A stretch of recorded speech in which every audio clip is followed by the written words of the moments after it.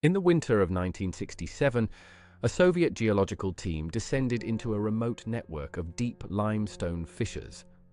What began as a routine survey ended abruptly with a state-level classification and the permanent sealing of the cave system. Why erase a simple geological mission from the public record? If we examine the declassified fragments of those 1967 survey reports, the official narrative begins to fracture. A logical assumption might be environmental hazards. Deep subterranean environments are notorious for natural toxic gas leaks. Or perhaps, given the era, this was the perfect site for a covert Cold War military bunker. A toxic leak would explain a quarantine, and a bunker would explain the secrecy. The records, however, point to something entirely different. As the geologists pushed deeper into the claustrophobic limestone shafts, they didn't find gas, and they didn't build a bunker. They found artifacts. Specifically, the reports detail the discovery of Bronze Age pottery resting in the pitch black, far beyond the reach of natural light or casual human shelter.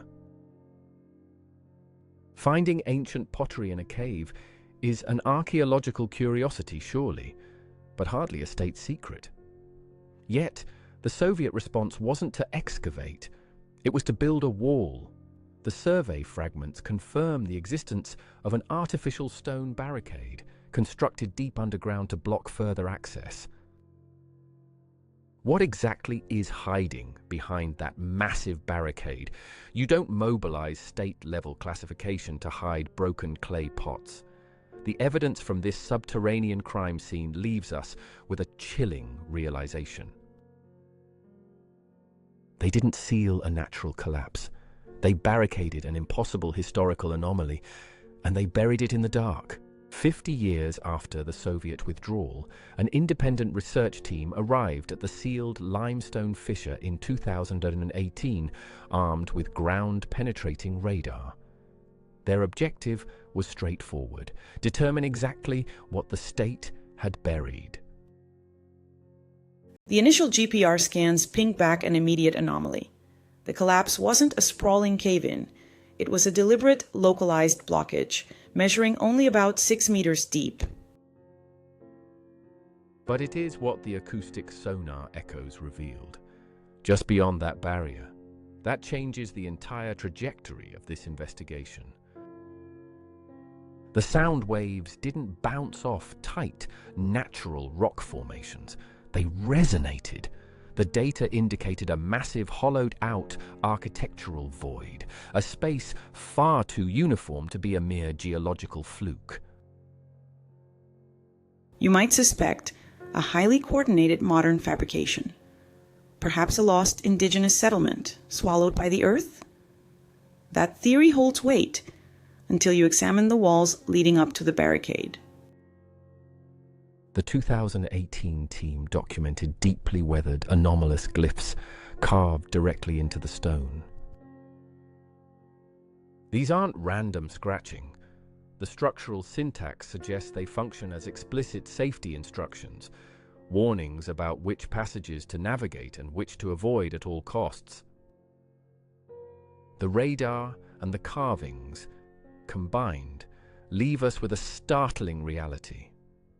This barricade is a genuine historical structure, built to seal off an architectural void and guarded by unidentifiable, ancient safety warnings.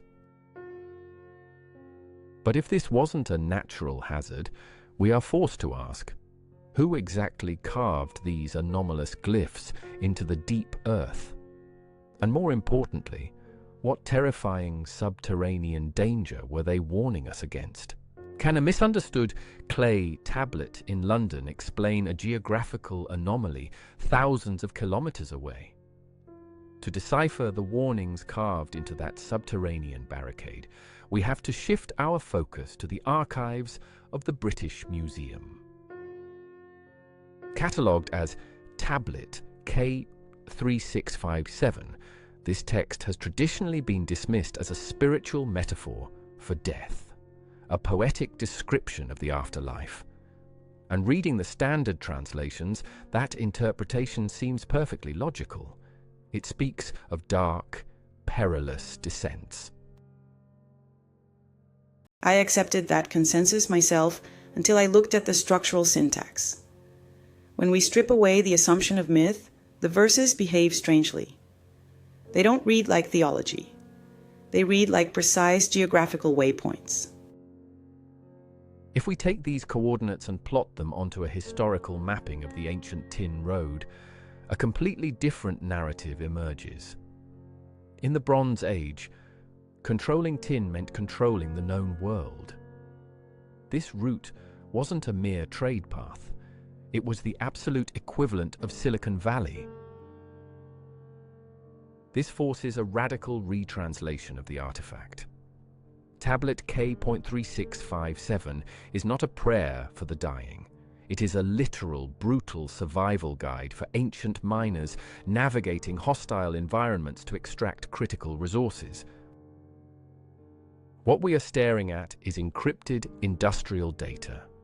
It appears Mesopotamian myths might actually be highly classified logistical records, disguised as folklore, to protect their most valuable supply chains. But an ancient map is only as good as its destination. Do the impossible landmarks detailed in this 4,000-year-old clay record actually exist in the real world? We possess a 4,000-year-old logistical record pointing to an impossible destination. But does the physical landscape of the Kani-Gut cave system actually match the ancient itinerary etched into tablet K3657? Answering this requires us to test the environment against the text. The clay record demands a mountain that swallows the sun.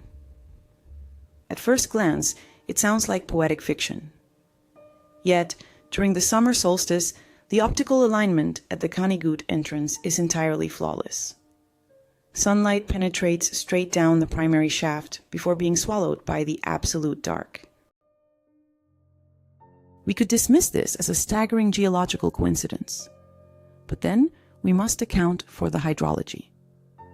The tablet dictates a river flowing backward into stone. Deep inside this limestone network, a subterranean river does exactly that, defying surface logic by reversing its flow and carving its way deeper into the bedrock. This physical alignment is compelling, though perhaps just a fluke of nature. As we descend further, the cavern walls suddenly change, becoming embedded with naturally occurring selenite crystals. They catch the minimal light, like shards of subterranean glass, mirroring a frozen galaxy. It is a mesmerizing, hostile environment, but it is right here, standing before the artificial barricade, that the theory of mere coincidence violently collapses. The anomalous safety warnings carved into the surrounding rock aren't random indigenous scratchings. When cross-referenced with the British Museum archives, the linguistic match is absolute. The structural syntax of these cave glyphs is identical to tablet K.3657. They are undeniably Sumerian cuneiform. The Sumerians were here, thousands of kilometers from Mesopotamia. We are staring at an impossible geographic paradox. Sumerian cuneiform here? Thousands of kilometers from Mesopotamia? That is geographically impossible. Confirming this cave is the literal destination of the ancient itinerary. But if this abyss is the true destination, how did human beings survive its deadly atmosphere? The physical evidence confirms the Sumerians reached this abyss, but a glaring biological impossibility remains.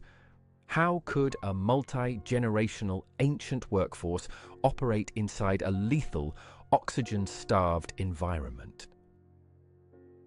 Deep limestone networks like Kani-Gut are not just dark, they are toxic. The lower chambers trap lethal carbon dioxide pockets. Prolonged labor down here shouldn't just be difficult, it should be a physiological death sentence. You might assume these were temporary expeditions, traders grabbing surface resources and fleeing before the air ran out.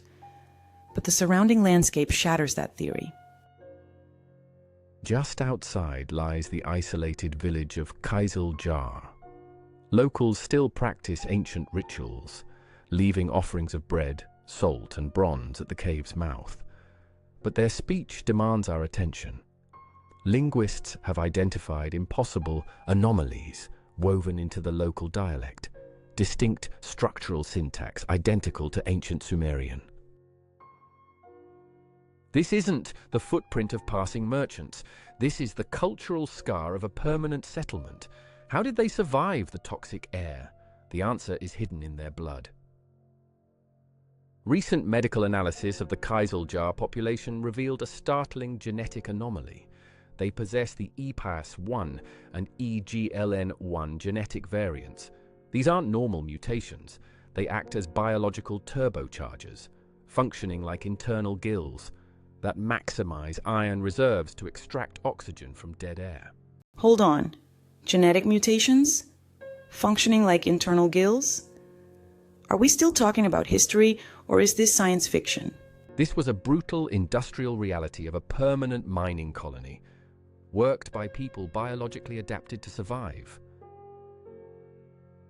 The evidence points to a perfectly adapted, ancient operation, which leaves us staring at a terrifying contradiction. If this subterranean colony was so successful, why did they build a massive stone barricade to seal it forever? We are staring at a massive stone barricade built by an ancient workforce, perfectly adapted to survive a toxic abyss. So what exactly is hiding in the void behind it? It is tempting to surrender to the mythology, to imagine they sealed away some ancient subterranean terror. It makes for a great story until you examine the raw archaeological data. In 2003, Russian archaeologist Dr. Larisa Kulakova proposed a radically different and far more terrifying reality.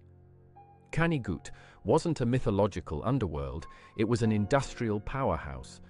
Kulakova's research suggests this site was a massive subterranean tin smelting platform operating on a scale that defies Bronze Age history. But that still leaves the acoustic sonar scattering, that unmeasurable expanse of nothingness echoing just beyond the wall. If they were just mining tin, why build a permanent blockade? The answer lies in the nature of ancient industry itself. They didn't seal a monster in the dark. They sealed a catastrophe. The sheer scale of the smelting likely triggered a structural or toxic collapse they could no longer control. They barricaded a depleted, lethal industrial ruin to prevent further death. This forces us to completely reevaluate our past. Ancient myths were not fairy tales or spiritual metaphors. They were desperate warnings about brutal human ambition and the disasters left in its wake. Which leaves us with one final unsettling thought. If the underworld of Kanigut was actually a classified industrial tragedy, what other ancient myths are historical warnings we have fundamentally misunderstood?